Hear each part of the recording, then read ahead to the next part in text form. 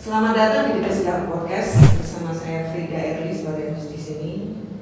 Kali ini saya bukan kedatangan tamu, tapi kedatangan partner. Ini Mas Aji Kelana ini partner saya di Komite Musik dari Kesenian Sidoarjo. Dan ini ada Mas Teguh Santoso juga, cuman karena beliau jarang hadir ya Mas ya. Iya. Ada sesuatu yang tidak bisa ditinggal. Tadi.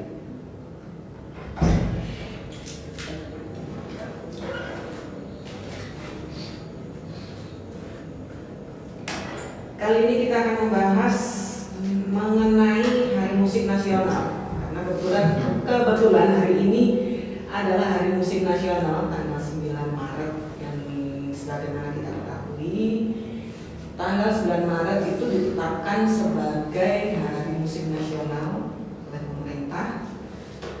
dengan mengambil tanggalnya, hari kelahirannya Wage Rudolf Supratman. Iya.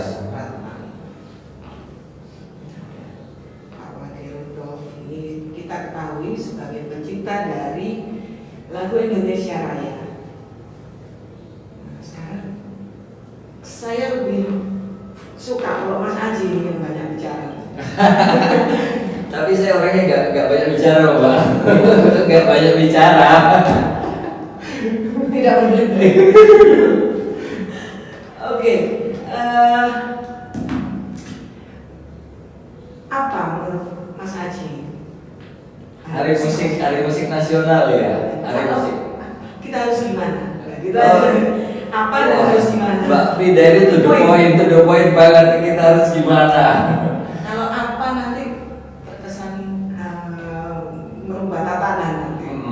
Iya, yang saya pahami tentang Hari Musik Nasional ini kan itu ada di sejak zamannya Bapak Presiden Susilo Bambang Yudhoyono ya Susilo Bambang Yudhoyono ya, beliau punya maksud baik. Nah, sebelum ditetapkan bahwa 9 Maret ini Hari Musik Nasional, itu punya perjalanan yang panjang, ada kronologisnya panjang, itu banyak sih yang mengusulkan bahwa kenapa sih di Indonesia nggak ada hari musik gitu. Ya. Pertanyaan saya pertama, kenapa hari musik kok nggak hari tari, hari teater atau yang lain gitu kan? Kenapa kok hari musik? Nah, pada akhirnya Pak SBY ini juga senang main musik kan? Dia kan salah satu presiden yang senang main musik gitu, senang nyanyi juga gitu. Kenapa Hari Musik Nasional di tanggal 9 Maret? Di 9 Maret ini ada beberapa kontroversi sebenarnya Mbak Frida, karena ada catatan yang menuliskan kalau Wage Rudolf Supratman itu di tanggal 19 Maret gitu kan. Jadi pada intinya Hari Musik Nasional ini sifatnya itu untuk membangkitkan semangat kebangsaan sebetulnya. Semangat kebangsaan. Jadi Hari Musik ini dinisbatkan atau ditujukan untuk lagu Indonesia Raya. Ya, untuk lagu Indonesia Raya. Lagu Indonesia Raya ini kan menjadi lagu kebangsaan kita ya. Nah, yang setiap tanggal 17 ya kemerdekaan. Itu memang dirayakan dan menyanyikan lagu Indonesia Raya, ataupun biasanya kita kalau ada pertemuan resmi atau penting atau gimana gitu, itu menyanyikan lagu Indonesia Raya di pembukaan. Nah, fungsi pertama daripada Hari Musik Nasional ini mengajak bangsa Indonesia itu untuk mengapresiasi sebenarnya, mengapresiasi bahwa kita ini punya lagu kebanggaan loh di negara ini sebagai bangsa yang besar, yaitu lagu Indonesia Raya gitu kan, bukan Indonesia. Ada juga sih lagu Indonesia Pusaka. Kenapa kok lagu Indonesia Raya ya? Karena memang lebih raya, lebih luas, lebih general lagu Indonesia Raya. Jadi fungsi pertama tadi untuk mengajak kita untuk mengapresiasi ya, sebagai bangsa Indonesia, mengapresiasi kita punya lagu Indonesia Raya. Dan ini lagu sakral. Sakralnya begini, contoh nih, lagu ini dari segi musikal misalnya, lagu ini jangan dirubah-rubah gitu. Jangan dirubah-rubah. Misalnya nih Mbak Frida bisa aransemen lagu atau mengcover lagu misalnya. Genre musik yang disukai apa Mbak? Rock. rock misalnya, boleh nggak lagu Indonesia Raya dijadikan rock? Boleh sih. Boleh-boleh aja dari segi musikal ya. Musikal. Tapi dari segi spiritnya, ya. untuk penghargaan, apalagi hari ini ada Hari Musik Nasional. Pernah ada salah satu kawan ya, sekarang jadi kawan saya. Dulunya dia sempat menjadi murid saya, itu si nggak apa-apa saya sebut nama ya, si Alfi Ref. Awal Rizky Alfi Rore itu dia mengubah lagu Indonesia Raya. Itu sempat viral juga tuh di YouTube ya. Mendapatkan berbagai macam kecaman gitu. Iya, dia sempat tahu ya itu ya. Mendapatkan berbagai macam kecaman untuk kenapa sih si Alfi ini kok berani-beraninya gitu mengubah lagu Indonesia Raya. Jadi Mbak Firdaus, di awal ini saya bicara tentang musik folk dulu ya, untuk musik dulu ya. Alasan dia sebagai anak muda ini kreativitas. Yang pertama. Nah, konsep kedua, saat kita itu mengubah lagu orang lain, Mbak Firdaus punya lagu kemudian saya cover gitu ya. Konsep di dalam musik saat kita mengubah lagu itu harus lebih bagus daripada komposisi aslinya. Cenderung lebih bagus. Nah, oke lah, gubahan si Alfi lebih bagus, iya kan? Tapi ternyata nggak bisa diterima. Ya bersyukur dia selamat dari jeratan hukum. Ya, kenapa? Karena banyak musisi yang mendukung. Banyak musisi yang mendukung, dan itu baru kali pertama dia mengubah lagu Indonesia Raya. Nah, yang perlu kita pahami bahwa ini lagu sakral gitu. Kalau sekali saja ada orang yang mengubah lagu Indonesia Raya dalam bentuk apapun, dan itu memang lebih bagus, tidak menutup kemungkinan loh. Nanti pasti ada orang kedua, ketiga. Amit-amit ya, kalau bilang hindari ya. Sebenarnya gini. Coba ya lagu Indonesia Raya jadi gandum coba. Maaf saya potong. Nggak apa-apa. Saya tadi waktu saya bilang boleh aja mestinya gitu. Cuman ada note gitu loh, bahwa jangan terlalu banyak perubahannya. Merubah genre mungkin nggak bisa ya dibilang merubah genre, tapi kalau ada sedikit sentuhan rock karena yang membawakan penyanyinya itu punya suara dengan karakter rock, menurut saya sih nggak apa-apa gitu loh. Dari sudut pandang musik boleh Mbak.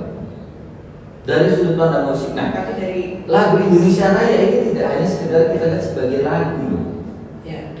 Ini sebagai bentuk prasasti lah gampangannya ya. Prasastinya bangsa Indonesia dari segi musik. Bangsa Indonesia punya prasasti apa sih untuk mewujudkan kemerdekaan, untuk membuktikan kemerdekaannya?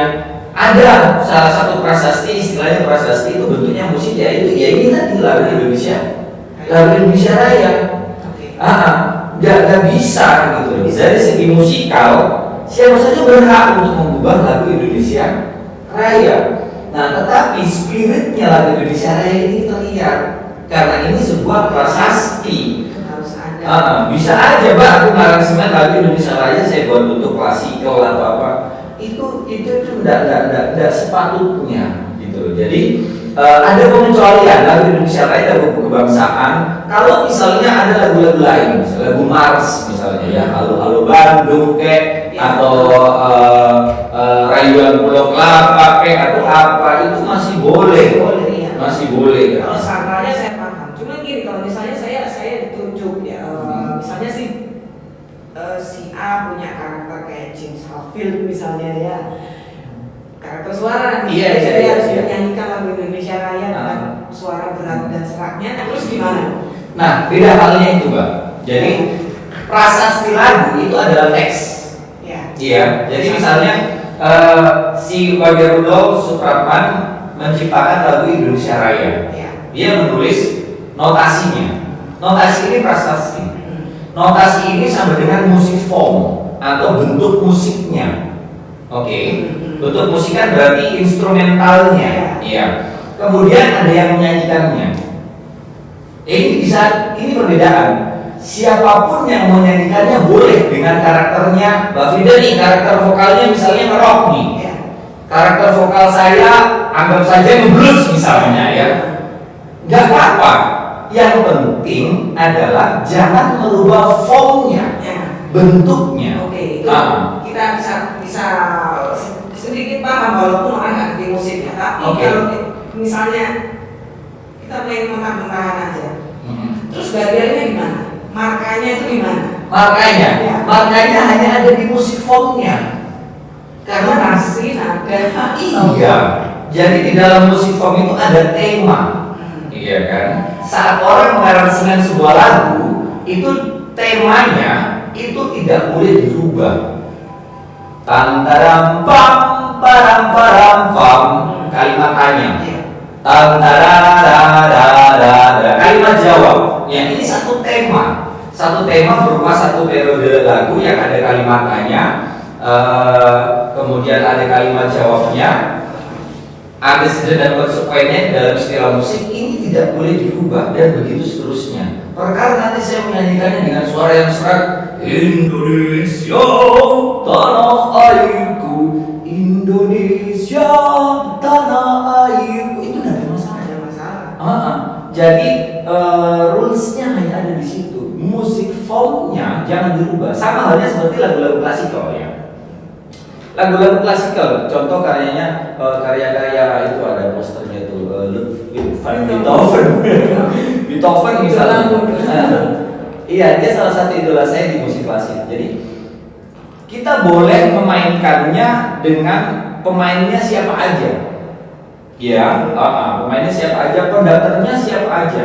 Tapi musik formnya jangan dirubah, gitu. Ya. Musik formnya jangan dirubah. Nah, inilah kenapa saya kembali lagi saat ada anak muda yang berusaha untuk mengekspresikan dirinya.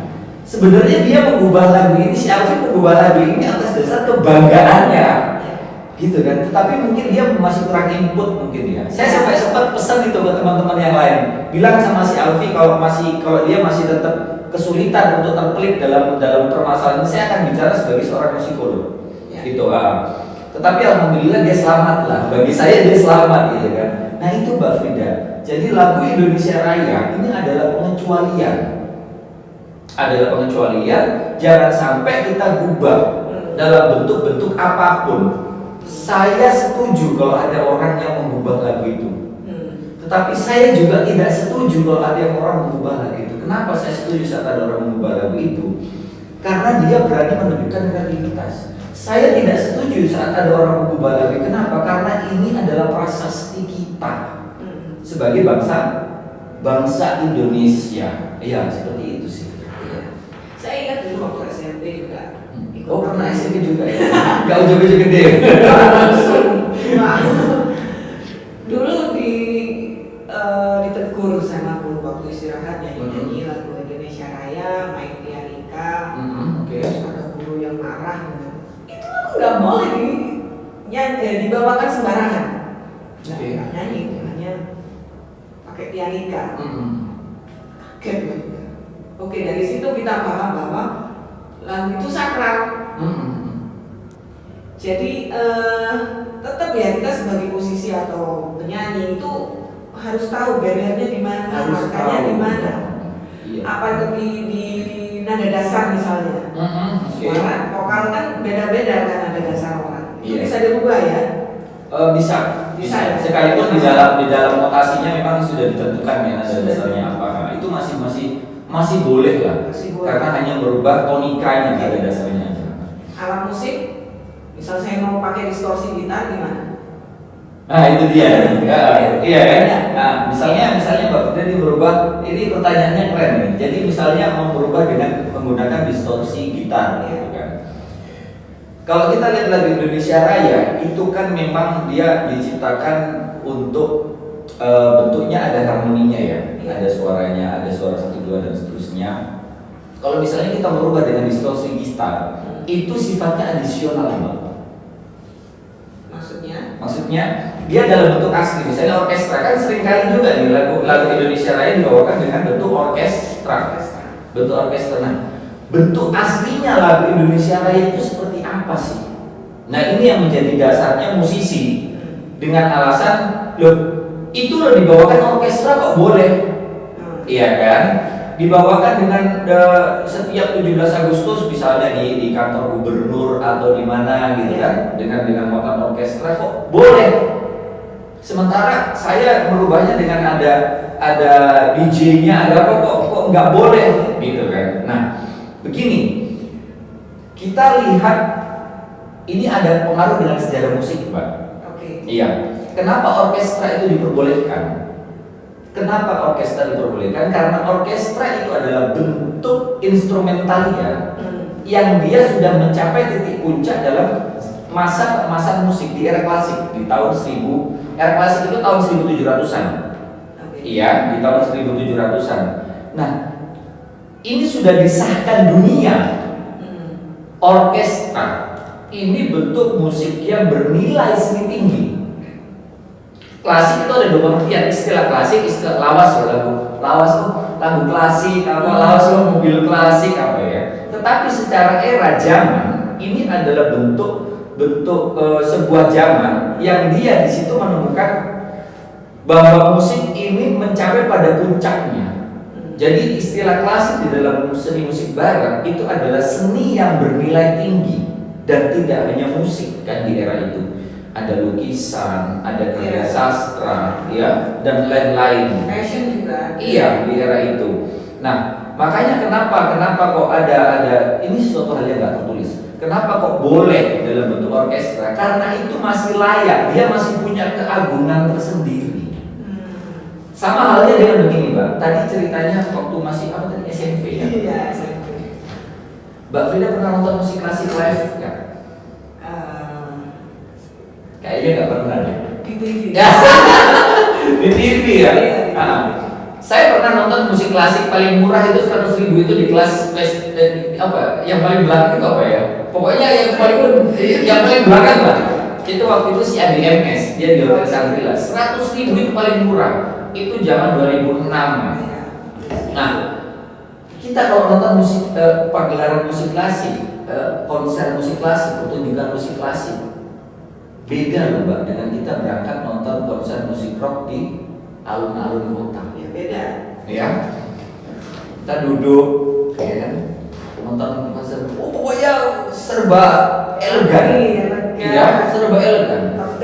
Tertib. Tidak boleh tepuk tangan sebelum pertunjukannya selesai. Ya kan, pasti.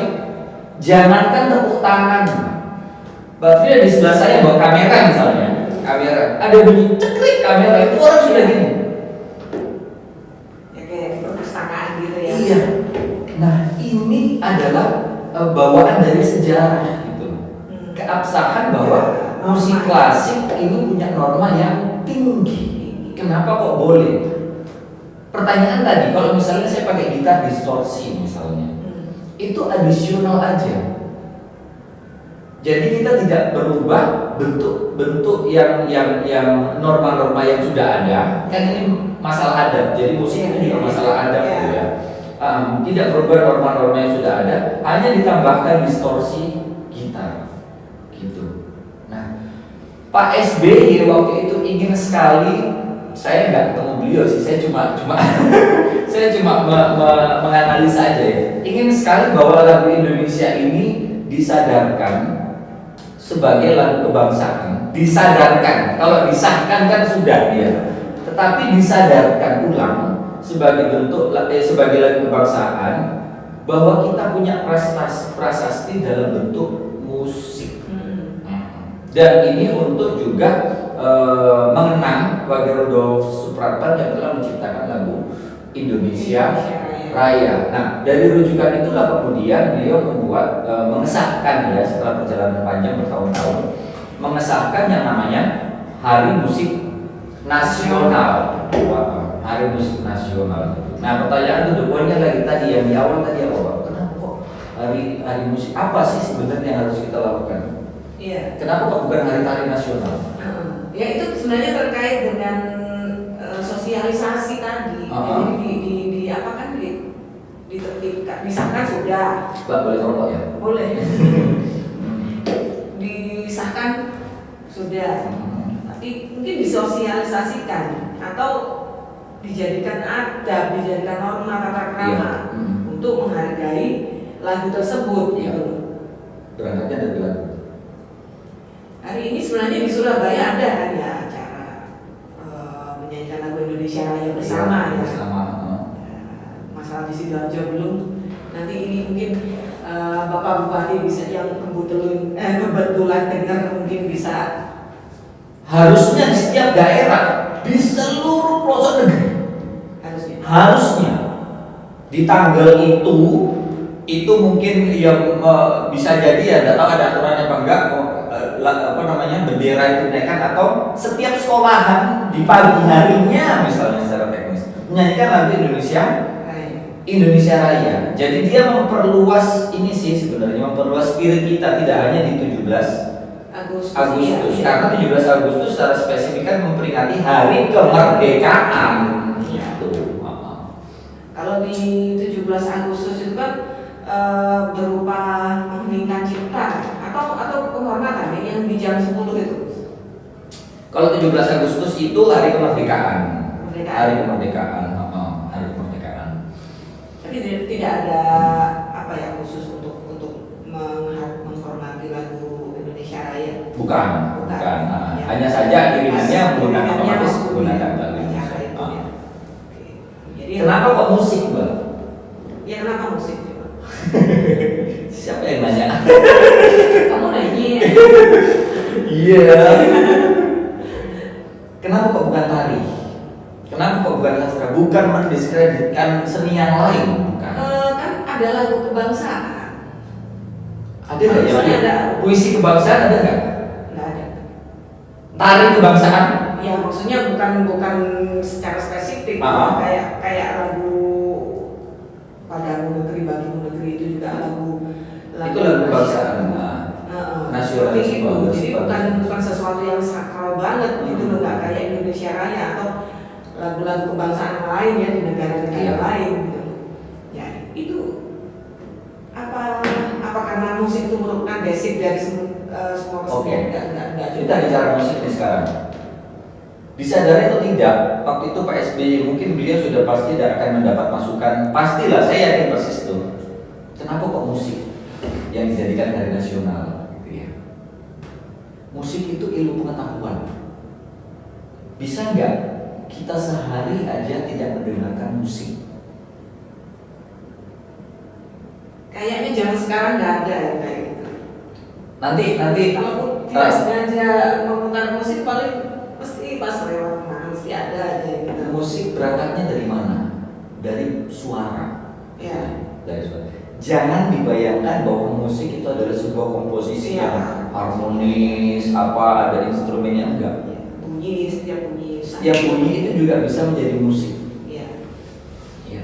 Bisa nggak telinga kita satu hari aja nggak ngedengerin apa-apa, bisa nggak?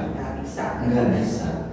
Iya dong, nggak bisa. Nah, di musik itu merupakan orkestrasi yang memang universal, Mbak. Kalau istilah orkestrasi kan perangkat besar ya, yang sudah terorkestrasi. Itu universal. Jadi setiap kita tidak pernah bisa terhindar dari yang namanya suara. Tidak pernah bisa terhindar dari yang namanya suara. Instrumen musik pertama di dunia. Tangan boleh ya? Atau mungkin boleh, tangan itu gimana teknisnya coba? Dipukul ya? Dipukul itu berarti kan perkusi. Oh iya, itu perkusi. Ya. Sesuatu yang dibenturkan kemudian menghasilkan bunyi. Ada dua versi benar. Yang pertama adalah vokal. Ya. Nggak ngerti siapa yang menemukan instrumen musik pertama, mungkin Nabi Adam mungkin merumuskan mungkin. Merumuskan ya. Yang kedua adalah perkusi. Masuk akal. Karena setiap kita bisa bersuara. Karena setiap kita melakukan sesuatu pasti ada bunyi. Maka dari itu musik ini menjadi bentuk yang universal dan dia merupakan ilmu pengetahuan. Musik bisa terkorelasi dengan semua disiplin ilmu yang ada. Indonesia Raya. Terima kasih. Saya mendapatkan ide kapan hari nanti saya akan mengungkap di pertunjukan seminar apa sih kandungan daripada musik di dalam lagu Indonesia Raya. Kita bisa melihat nanti, misalnya dari melodinya, ya ada psikologi nada, kemudian dari ritmenya, ya toh, kemudian dari kita nanti menelaah dari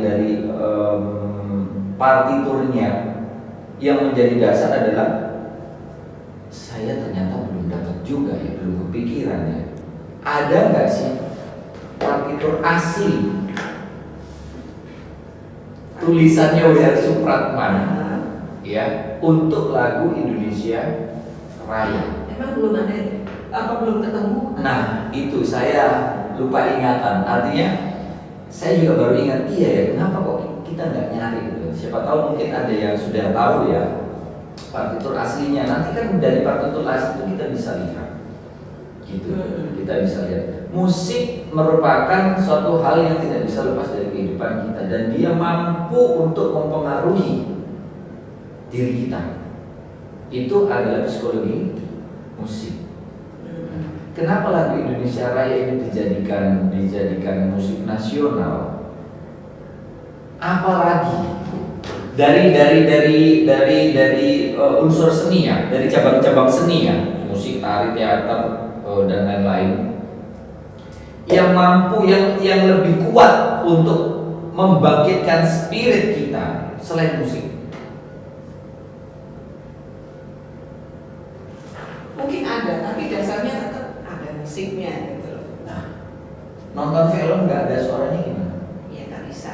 Kalau kita ngedengerin musik nggak ada nyanyiannya bisa nggak? Iya nggak bisa.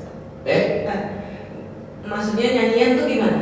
Vokal. saya ulangi ya Mbak Frida. Kalau Mbak Frida nonton film, Iya. nggak ada suara dan tidak ada ilustrasi musiknya bagaimana? Kan dulu pernah ada yang zamannya Charlie Chaplin. Film? Iya film kan. Iya. Film-film bisu waktu zaman dulu itu kan ada. Pernah ada ya? Pernah ada. Tapi kira-kira ya apa sih? Dibandingkan dengan kita dengerin musik. Iya. Ya memang beda. Tidak ada tidak ada penyanyinya Iya. dan tidak ada videonya. Jauh beda. Ini saya pernah study case. Teman saya seorang yang musisi, tapi dia melukis dan dia mengupload di Facebook ya lukisannya. Oke. Dia kasih sedikit gerak gitu. Ada lukisan wajah dan dia kasih musik kayak meditasi. Jadi semacam dia membangkitkan spirit horor di situ. Dia merasa waktu melukis gambar wajah si perempuan itu dia merasakan energi-energi tertentu katanya. Terus dia menguploadnya dengan musik. Dan di captionnya dia bilang, coba perhatikan matanya. Matanya itu punya roh, punya. Ya memang saya. Tapi ketika saya mute, nggak ada. Jadi saya balas itu captionnya. Coba matiin musiknya. Oke. Lu nggak lihat aja matanya? Ya saya lihat matanya, tapi sampai matikan musiknya. Mute. Iya sih katanya. Apa yang terjadi? Iya sih, itu ya nggak ada horornya gitu. Nggak ada horornya. Nggak ada.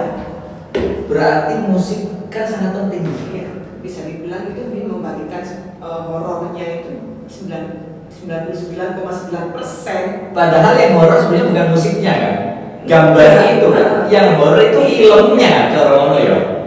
Tapi musik ini sifatnya menstimulus. Ya, oke. Dia sangat mampu untuk menstimulus, iya kan? Nah, sekarang kita coba kembali ke yang tadi. Ada musik nasional, ada musik rakyat, ada musik kebangsaan. Kalau Mars itu sifatnya kayak semacam genre gitu ya. Kalau Mars gitu ya, semacam genre. Apa sih bedanya musik nasional, kebangsaan, sama musik rakyat? Apa bedanya? Kalau nasional ini sifatnya republik ya. Iya. Sifatnya sebuah negara. Jadi dia harus kan secara nasional dan disepakati harus disepakati bersama. Nasional itu satu. Kalau bangsa kan banyak. Bangsa itu akan lebih dekat dengan namanya rakyat. Iya kan? Jadi kalau musik kebangsaan itu bisa muncul dari setiap daerah yang ada di Indonesia. Iya. Contoh musik kebangsaan dari Jawa misalnya.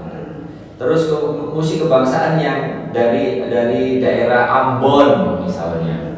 Iya ya, dari Sulawesi misalnya. Banyak musik kebangsaan, musik-musik yang menunjukkan sifat kebangsaan kita, bangga sebagai bangsa Indonesia. Saya dari Sulawesi, saya dari mana?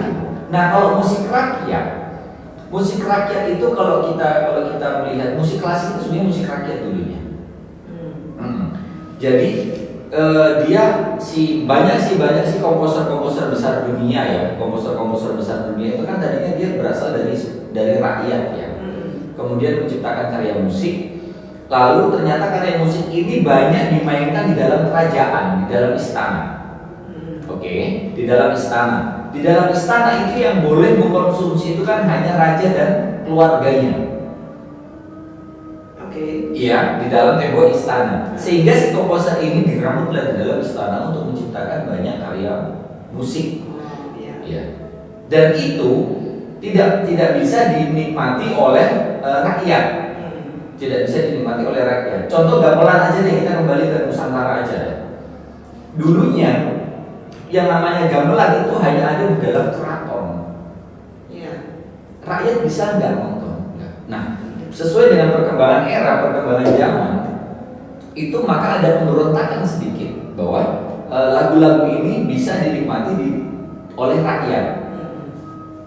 Perkembangan kedua, dinikmati oleh, tapi rakyat nontonnya masuk ke dalam istana. Apa ada dress code tertentu harus berpakaian sedikit? Otomatis ya. Otomatis lah. Kenapa kok sang raja menentukan rakyat boleh menikmati musik ini, musik kerajaan atau gamelan? Sekarang aja ada kok gamelan di Solo, di Jogja, ada kok gamelan yang tidak boleh keluar dari istana, kan ada. Iya. Ya. Kalau mau menikmati gamelan itu gimana? Boleh, tapi masuk ke dalam kerajaan, masuk ke dalam ring, masuk ke dalam tembok kerajaan. Secara otomatis lah, Mbak. Kalau kita masuk aku menebu keraton pakai baju kayak gini kan nggak mungkin kan. Minimal saya pakai batik rapi, masih aku tani, masih aku aman wedhus. Apa sekalipun saya di dompet nggak ada duit misalnya ya, masuk kerajaan kan harus. Itulah spiritnya. Sama dengan lagu Indonesia Raya. Kita saat menyanyikan lagu Indonesia Raya harus berdiri, harus betul-betul serempak, menunjukkan kekompakan, ya dengan satu pemimpin yang namanya dirijen atau konduktor ya. Bisa sambil guyon-guyon. Nggak bisa sambil guyon-guyon, itu ada. Dan itu harus ditanamkan. Dan itu harus di tiap pendidikan karakter kan. Iya, pendidikan karakter kayak gitu. Itu kenapa lagu Indonesia Raya kemudian yang hari ini di tanggal 9 Maret ini kita peringati dengan Hari Musik Nasional. Tetapi ada kritik sedikit. Hari Musik Nasional secara awam kita memahami berarti semua musik itu kan banyak. Iya. Banyak jenis, banyak. Iya kan? Ternyata Hari Musik Nasional ini ditujukan untuk lagu Indonesia Raya. Inilah kurangnya sosialisasi. Mestinya kalau lagu Hari Musik Nasional itu hari apa ya istilahnya, Hari Lagu Kebangsaan Nasional misalnya, sama dengan Indonesia Raya. Inilah kurangnya sosialisasi. Kalau misalnya saya sebagai event organizer misalnya, di Hari Musik Nasional saya mengambil momen, saya mengadakan konser gede-gedean di setiap pelosok negeri, konser musik, boleh nggak dalam rangka Hari Musik Nasional? Ya mestinya boleh kan? Boleh. Iya. Karena kan di sini disebutkan Hari Musik. Yang penting kan rulesnya itu kan. Hari Musik Nasional, iya gitu loh. Cuman kita perlu tahu bahwa konteksnya Hari Musik Nasional itu untuk dinisbatkan atau apa ya, ditujukan sebenarnya dasarnya untuk lagu Indonesia, untuk lagu Indonesia Raya kayak gitu. Jadi pemerintah sendiri dalam hal ini tidak terlalu bertanggung jawab menurut saya. Maksudnya?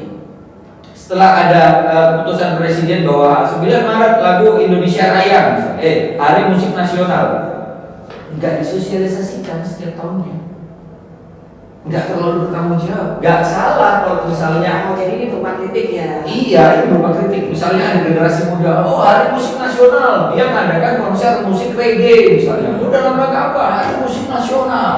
Yang di sana konser musik rock. underground, blues dan seterusnya. Ya, menurut saya mungkin nggak apa-apa ya, tapi ada rules dan normanya. Jadi dalam rangka memperingati Hari Musik Nasional itu, ya tetap Indonesia Raya itu ya dijadikan. Kan belum banyak yang tahu, Mbak. Iya kan? Sosialisasinya di mana gitu. Setelah itu baru ada musik-musik lain, ada Dibuka dengan lagu Indonesia Raya misalnya. pakai ludrukan juga nggak apa-apa, tapi kan poinnya ada di lagu Indonesia Raya gitu. Betul. Jadi pemerintah tidak bertanggung jawab di sini, maksudnya adalah dipakai Kurang bertanggung jawab sebenarnya Iya. setelah memutuskan Hari Musik Nasional biarkan itu aja. Jadi pemerintah bertanggung jawab, cuman faktanya kurang gitu atau belum gitu ya. Oke. Ya. Harusnya nih kalau misalnya kita di Sidoarjo nih ya, kita mulai dari daerah kita sendiri aja lah di Iya. Sidoarjo melalui Dewan Kesenian misalnya kan. Melalui Dewan Kesenian kita sampaikan bahwa Hari Musik Nasional itu, ini gampangannya ya Mbak. Iya. Hari Musik Nasional itu memang general, universal Oke. dari kata musiknya. Tetapi musik ini diikuti dengan kata nasional, musik nasional. Nah, di sini kan sebenarnya sudah muncul pemahaman bahwa musik nasional, oh, berarti musik nasional, bukan musik internasional. Ya, kalau jazz dan lain-lain kan musik internasional. Berarti apa nih maksudnya? Oh, berarti musik nasional itu tujuannya kemana? Ke lagu Indonesia Raya. Dijelaskan lagi, lagu Indonesia Raya itu kenapa kok menjadi sebuah peringatan tertentu di tanggal 9 Maret. Ini karena lagu Indonesia Raya itu merupakan bentuk prestasinya bangsa Indonesia, bla bla bla bla bla bla dan seterusnya. Harusnya dijelaskan seperti itu. Baru kalau semua kita sudah ngomong, oh iya, Hari Musik Nasional berarti ini untuk memperingati lagu Indonesia Raya, mengenang lagi itu lagu Indonesia Raya bersama W.R. Supratmannya. Dan apa yang ada di balik lagu Indonesia Raya dan bagaimana selayaknya menggunakan lagu Indonesia Raya itu disosialisasikan gitu loh.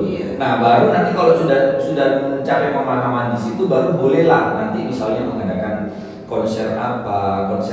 Konsernya pun nanti pasti nih akan bersifat kebangsaan otomatis ya. Otomatis. Dengan topik utamanya. Iya. Contoh kita bikin festival, Dewan Kesenian bikin festival musik misalnya. Dewan Kesenian punya program bikin festival musik tepat setiap tahunnya di tanggal 9 Maret. Ini kan bisa jadi sosialisasi ya. Otomatis loh Mbak.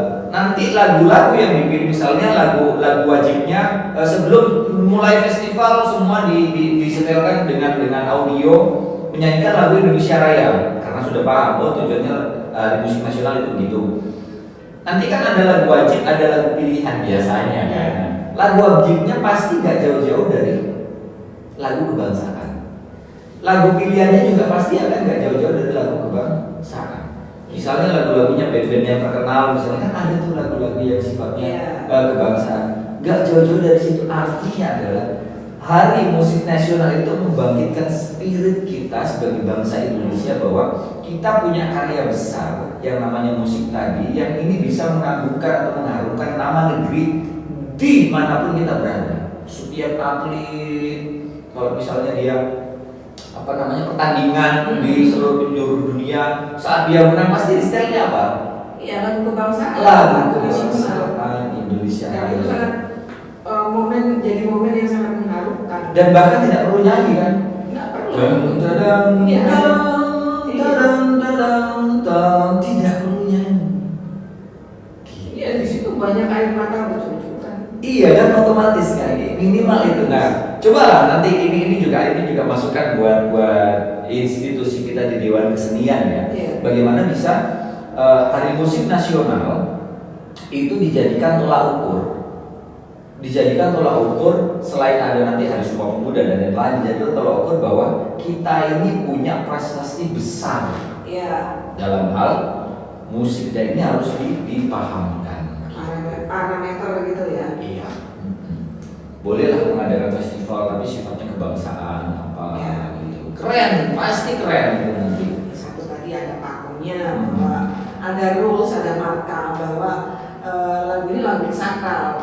Yes. Sedikit improvisasi mungkin bisa. Boleh aja sifatnya addisional. Ya, tapi tetap ada rulesnya. Kayaknya itu harus disepakati bersama dengan mungkin beberapa ahli atau. Belum lagi kalau kita lihat rulesnya itu di mana sih? Kalau kita buka YouTube misalnya, instrumen lagu Indonesia Raya, kan orkestrasi itu, Pak. Iya kan? Sekarang orkestrasi itu penciptanya siapa? Lagu ini penciptanya Wage Rudolf Supratman. Oke, berarti kan dia keluarganya Wage Rudolf Supratman itu harusnya kan mendapatkan royalti. Ya, harusnya. Iya dong. Kalau melalui publishing musik ya kan, mendapatkan royalti harusnya. Dan setiap yang menyanyikan lagu Indonesia di dalam pertunjukan itu juga harus membayar royalti. IO-nya yang membayar royalti itu IO-nya. Ya. Karena dia menampilkan lagu Indonesia Raya. Apakah itu sudah terjadi? Nah, nggak tahu lagi ini. Belum kayaknya. Saya juga belum ngecek sih. Saya juga belum ngecek. Itu tanggung jawab pemerintah loh. Wah. Setiap tanggal 17, luar biasa ini warisan dari Wage Rudolf. Bayangkanlah, setiap tanggal 17 seluruh negeri, seluruh pelosok di negeri kita itu menyanyikan lagu Indonesia Raya. Royaltinya masuk.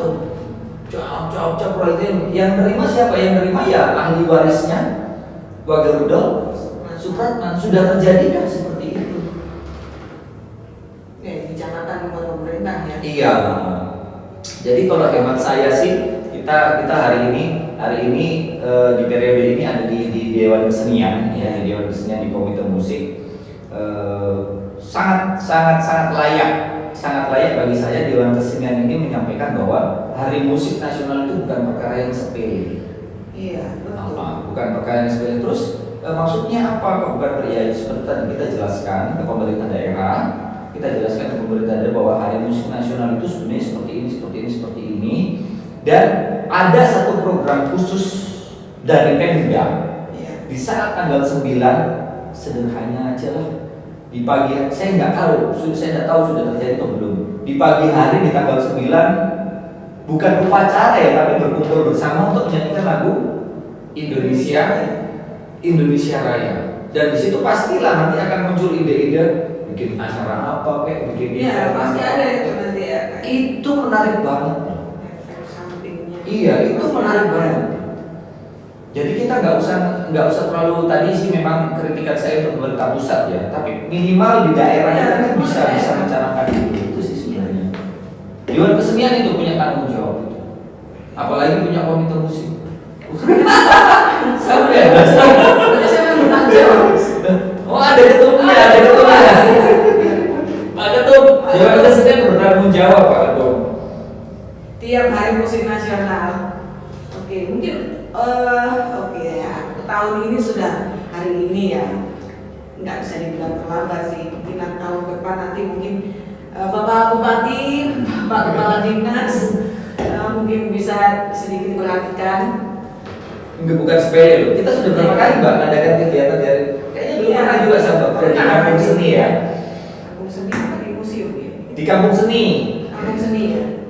Di kampung seni, yang khusus Hari Musik Nasional di kampung seni, Mbak Frida yang adakan kegiatannya, saya yang ngisi materinya waktu itu ya, di kampung seni dalam rangka Hari Musik Nasional. Kalau nggak salah dulu nggak ada kayak membawakan lagu Indonesia Raya, ada nggak ya? Nggak ada ya?